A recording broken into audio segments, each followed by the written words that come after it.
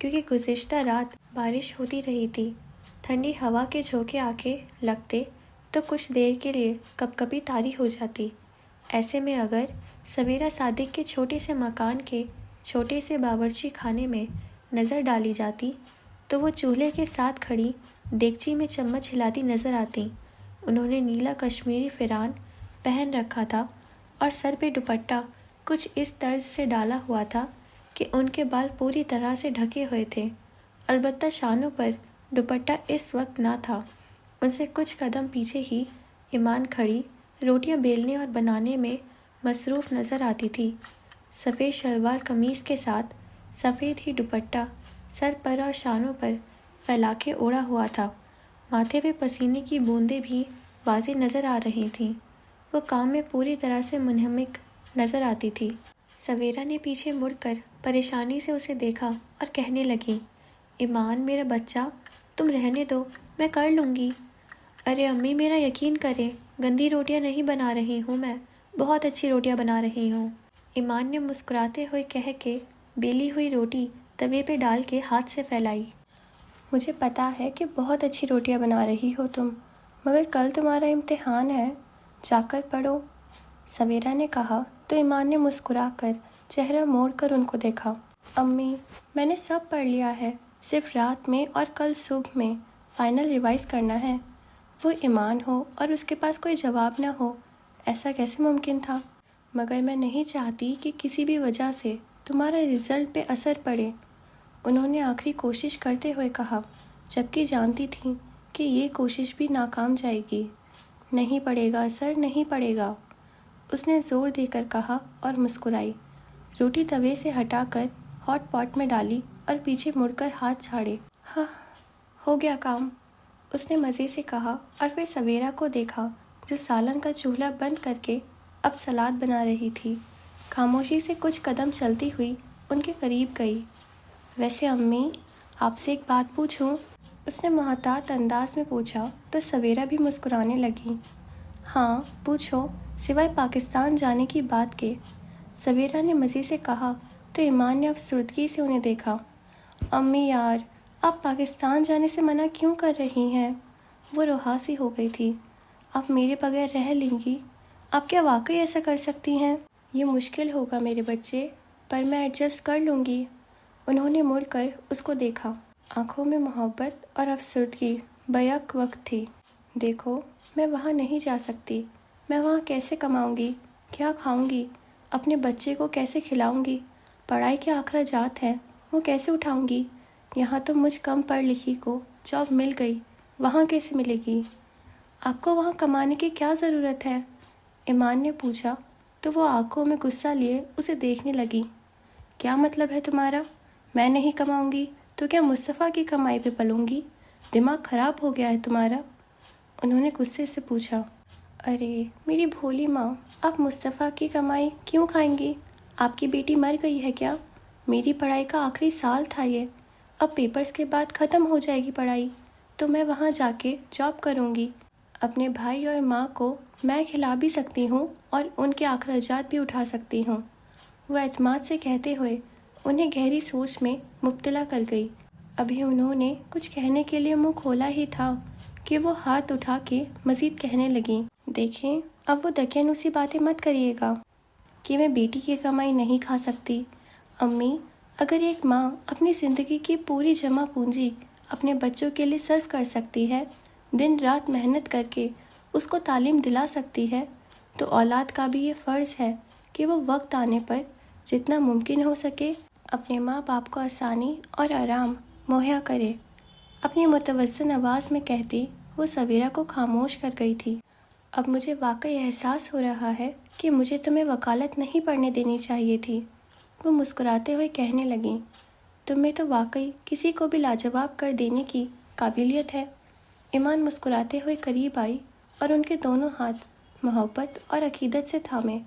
تو سویرا صادق، مجھے بتائیں، کیا میں مصطفیٰ سے 2 اور سیٹس بک کروانے کا کہہ دوں؟ وہ بلند آواز میں کہتی بہت خوش لگ رہی تھی۔ رکو، ابھی مجھے تھوڑا وقت دو سوچنے کے لیے۔ سویرا ہاتھ چھڑا کر پھر سے سلاد بنانے لگی، مگر ایمان اب جانتی تھی کہ ان کا جواب ہاں میں ہونا ہے، کیونکہ ایک بار پھر سویرا صادق نے ایمان کے آگے گھٹنے ٹیک دیے تھے، اور کسی نہیں پتا تھا کہ سویرا صادق اپنی ایمان کی کوئی بات نہیں ٹالتی۔ یہ ایک چھوٹا سا اسکول تھا جو کشمیر کے بلند اور سرسبز پہاڑوں کے درمیان واقع تھا۔ یہ رہائشی علاقے سے چند میل کے فاصلے پہ تھا۔ پورے اسکول پہ ہلکا سرمئی رنگ ہوا تھا۔ راہداری سے منسوب جماعتوں میں سے ایک جماعت میں اس وقت دہم کلاس کے طالب علم ٹیچر کے الفاظ میں محو تھے۔ وہ سب سفید شرٹ اور سیاہ پینٹ میں ملبوس تھے۔ گلے میں بلیک ٹائی لٹک رہی تھی۔ ٹیچر روسٹم کے پیچھے کھڑا کیمل رنگ کی شلوار قمیض میں ملبوس تھا۔ لمبی سفید و سیاہ داڑھی اور مونچھیں اور سفید ٹوپی پہنے وہ بہت باوقار معلوم ہوتے تھے۔ انہی مالب علموں کے بیچ جعفر صادق بھی بیٹھا نظر آ رہا تھا۔ اس کی پوری توجہ اس وقت ٹیچر کے الفاظ پر تھی۔ آج ان کے فزکس کے سر چھٹی پہ تھے، تو ان کی جگہ لیکچر لینے کے لیے سر کامران ایوبی آئے تھے۔ وہ چھوٹی جماعتوں کو اسلامیات پڑھاتے تھے، اور بچوں کی ہی خواہش پر انہوں نے آج کی ڈسکشن کا ٹاپک جہاد رکھا تھا۔ شہادت تحفہ ہوتا ہے میرے بچوں، وہ کہہ رہے تھے، اور سب دم سادھے انہیں سن رہے تھے۔ یہ سچ ہے کہ تمام مسلمان شہادت کی خواہش کرتے ہیں۔ شہادت کی موت بہترین موت ہوتی ہے، پر کوئی بھی غذا کے بارے میں بات نہیں کرتا۔ آپ اللہ کے لیے لڑتے ہیں، آپ اسلام کے لیے لڑتے ہیں، اپنی جان اسلام کی راہ میں لڑاتے ہیں۔ کہ شہادت سے زیادہ افضل بھی کوئی موت ہو سکتی ہے؟ یہ ایک ظاہر سی بات ہے کہ اس کا جواب نہ میں ہے، مگر جب ہم غذا کے بارے میں بات کرتے ہیں تو ہمارا مطلب ہوتا ہے کامیاب اور فتح یاب ہو کر جنگ و جہاد سے لوٹنا۔ کیا یہ ضروری ہے کہ ہمیشہ مرے ہوئے لوگوں کو ہی ویلیو کیا جائے؟ ان کا کیا جو زندہ بچ گئے؟ ان کا کیا جنہوں نے ایک شہید جتنی ہی محنت اور لگن سے کام کیا، پھر بھی شہادت نوشی نہیں کر پائے؟ وہ بچ گئے اور واپس زندہ لوٹے، تو کیا ان کی ساری محنت اور لگن رائے گا گئی؟ کیا ایسا ہے؟ انہوں نے رک کر سبھی مشہور اسٹوڈنٹس پہ ایک نگاہ گھمائی، مسکرائے اور کہنا جاری رکھا، کوششیں کبھی ضائع نہیں جاتی اگر وہ دل سے کی جائیں۔ انہوں نے دل کے مقام پر ہاتھ رکھا۔ وہ آپ کو کچھ نہ کچھ ہمیشہ دیتے ہیں۔ جو شخص اللہ کی راہ میں لڑتے لڑتے مرا، اللہ نے اسے اس کی کوشش کا صلہ شہادت کی صورت میں عطا کیا۔ شہادت بہترین موت۔ اور وہ لوگ جو زندہ اور فتح یاب اور کامیاب ہو کر جنگ سے لوٹے، اللہ نے انہیں ان کی کوشش کا صلہ غذا کی صورت میں دیا، انہیں غازی بنایا۔ غذا بہترین زندگی۔ اسی سمے گھنٹی بجی اور وہ مسکرا کر خدا حافظ کہتے کلاس سے چلے گئے۔ تمام طالبہ بستے پیک کرتے گھروں کو روانہ ہو رہے تھے، جبکہ جعفر گہری سوچ میں ڈوبا ہوا کہانی میز سے ٹکائے ہاتھ کے پیالے میں اپنا چہرہ ڈالے بیٹھا تھا۔ سر کے الفاظ اب تک اس کی سماعت میں گونج رہے تھے۔ شہادت بہترین موت، غذا بہترین زندگی۔ باب 2، تنفیذ جدید۔ ڈوبنا ہی پڑتا ہے ابھرنے سے پہلے۔ غروب ہونے کا مطلب زوال نہیں ہوتا۔ نامعلوم۔ اس وقت کوئٹہ کی سرزمین کے آسمان پہ بہنے والے سیاہ و سرمئی بادل، بڑی بڑی پانی کی بوندیں تواتر کے ساتھ کوئٹہ کی سرزمین پہ برسا رہے تھے۔ ہر کچھ سیکنڈز کے بعد بجلی کڑکنے کی زوردار آواز آتی۔ نومبر کے مہینے میں تیز اور ٹھنڈی تھار بارش۔ موسم کا اندازہ لگایا جا سکتا ہے۔ پہلے سے بڑھی ہوئی ٹھنڈ آج کی بارش کے بعد اور زیادہ بڑھنے والی تھی۔ فی الوقات بھی بہت زیادہ ٹھنڈ تھی۔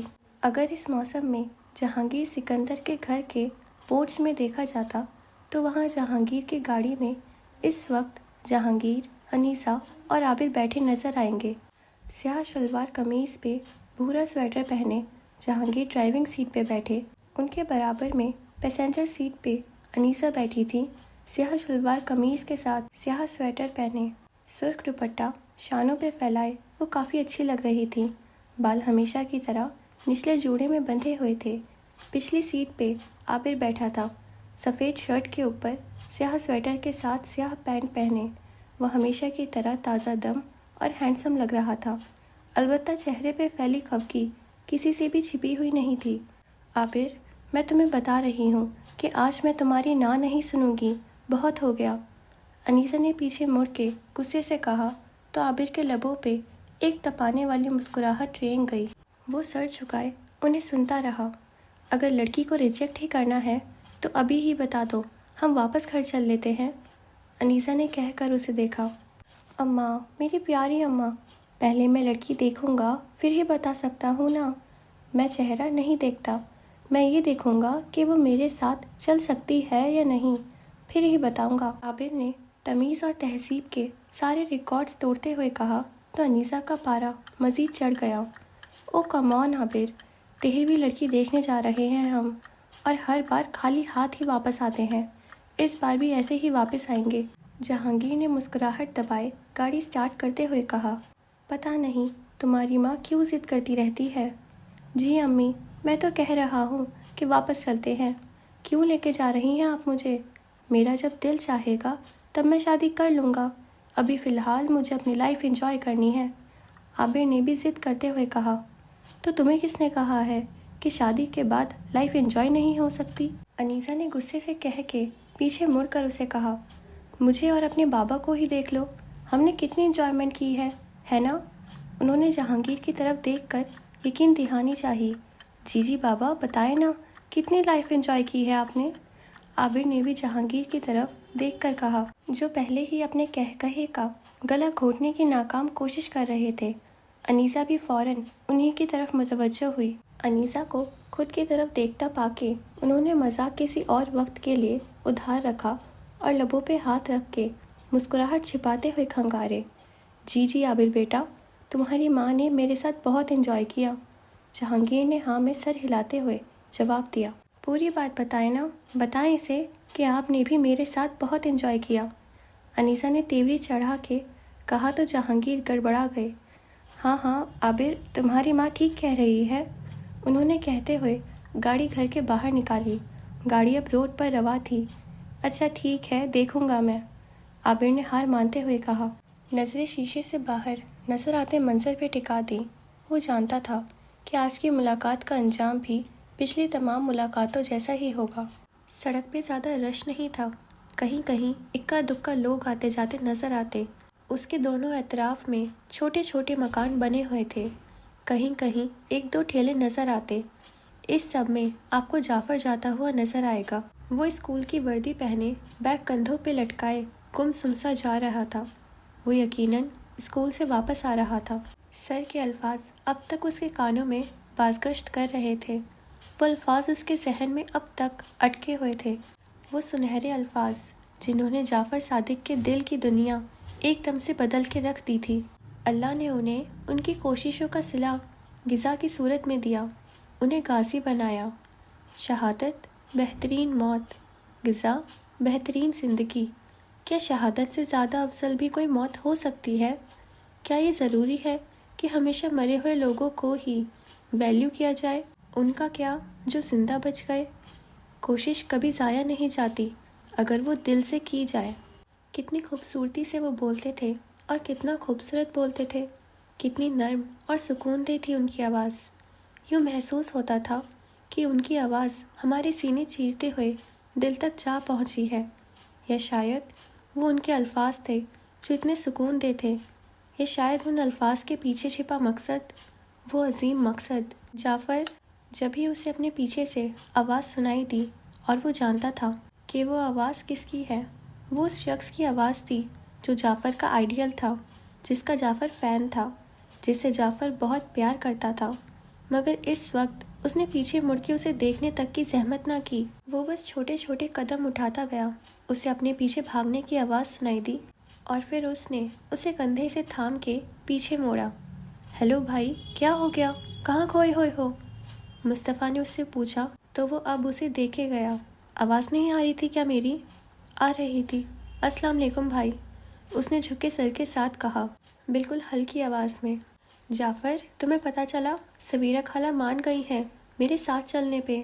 مصطفیٰ کے چہرے کی خوشی دیکھنے لائق تھی۔ جی بھائی، ایمان نے بتایا تھا مجھے، اس نے آہستہ سے جواب دیا۔ ہلکی سی مسکراہٹ بھی اس کے چہرے پہ ایک سیکنڈ کے لیے نمودار ہونے کے بعد غائب ہو گئی تھی۔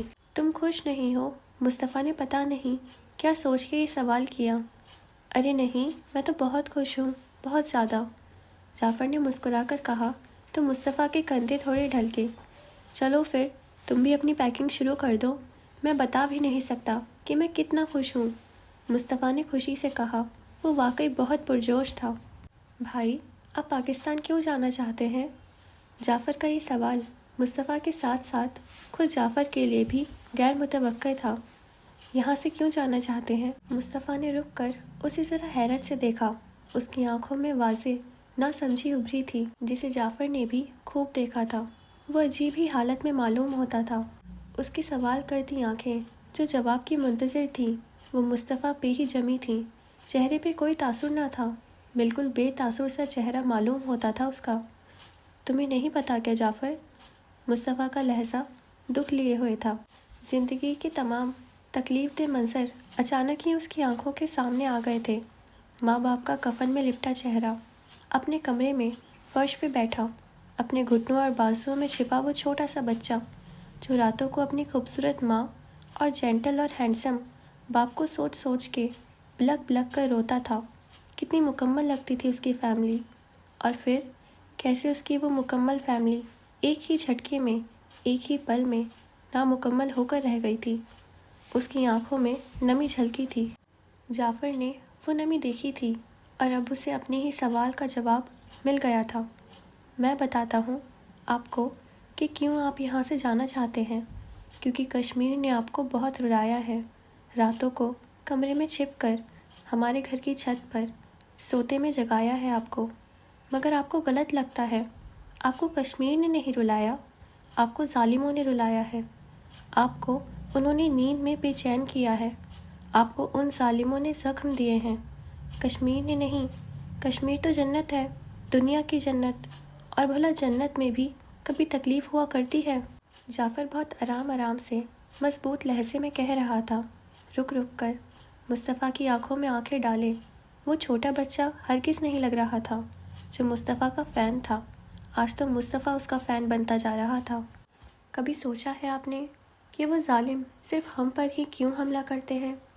ہر روز خبر سننے کو ملتی ہے کہ فلاں جگہ پر اتنے کشمیریوں کو مار دیا گیا، فلاں جگہ پر اتنی عورتوں کو گھر سے نکال دیا گیا۔ کبھی سوچا کہ یہ سب ہمارے ساتھ ہی کیوں ہوا؟ کیوں کبھی ان ظالموں نے بنگلہ دیشیوں پہ یوں کھلم کھلا حملہ کرنے کا نہیں سوچا؟ مسلمان تو وہ بھی ہیں، کیوں کبھی یہ سب پاکستانیوں کے ساتھ نہیں کیا گیا؟ وہ آنکھوں میں درد لیے کہہ رہا تھا، جبکہ مصطفیٰ کا چہرہ سپاٹ تھا۔ آپ نے نہیں سوچا ہوگا کبھی اس بارے میں جواب دے دیتا ہوں آپ کو۔ وہ یہ سب مظالم کبھی بنگلہ دیشیوں پہ نہیں ڈھا سکتے، ہمت ہی نہیں کر سکتے، کیونکہ وہ جانتے ہیں کہ وہ سیلف میڈ قوم ہے۔ وہ اپنے حق کے لیے بولنا اور آواز اٹھانا جانتے ہیں۔ وہ خود پر ہوتے ظلم پہ خاموش رہنے والی قوم نہیں ہے۔ وہ اپنے لیے لڑنا جانتے ہیں۔ وہ ظالم لوگ جانتے ہیں کہ اگر انہوں نے بنگلہ دیش پر پتھر پھینکا تو بدلے میں اینٹوں کے انبار سے اتارا جائے گا۔ جعفر سانس لینے کو رکا۔ آنکھیں اب بھی مصطفیٰ کے چہرے پر ہی جمی تھیں۔ اس کی آنکھیں اب بے تاثر نہ تھیں، ہلکی سی نمی جھلک رہی تھی۔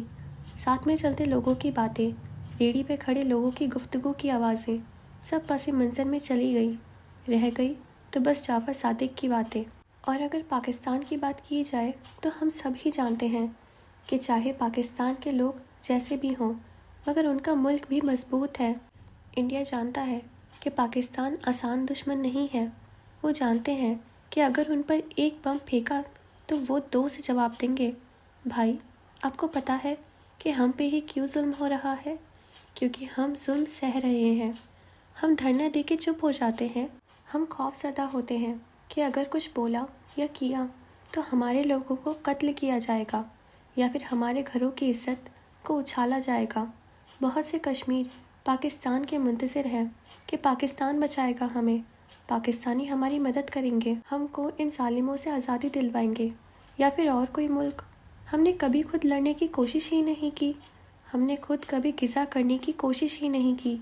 ہم نے ہمیشہ آواز یہ سوچ کر اٹھائی کہ آخر میں شہید ہو جائیں گے، کبھی غازی بننے کا تو سوچا ہی نہیں۔ ہم کبھی اپنے آپ اور اپنی دھرتی کو آزاد نہیں کروا سکتے۔ اگر ہم ایک قوم بن کر ان کا مقابلہ نہ کریں، اگر ایک قوم بن کر ان سے لڑیں، پھر اگر کچھ ہو جائے تو اللہ تو ہے ہی نہ ہمارے ساتھ۔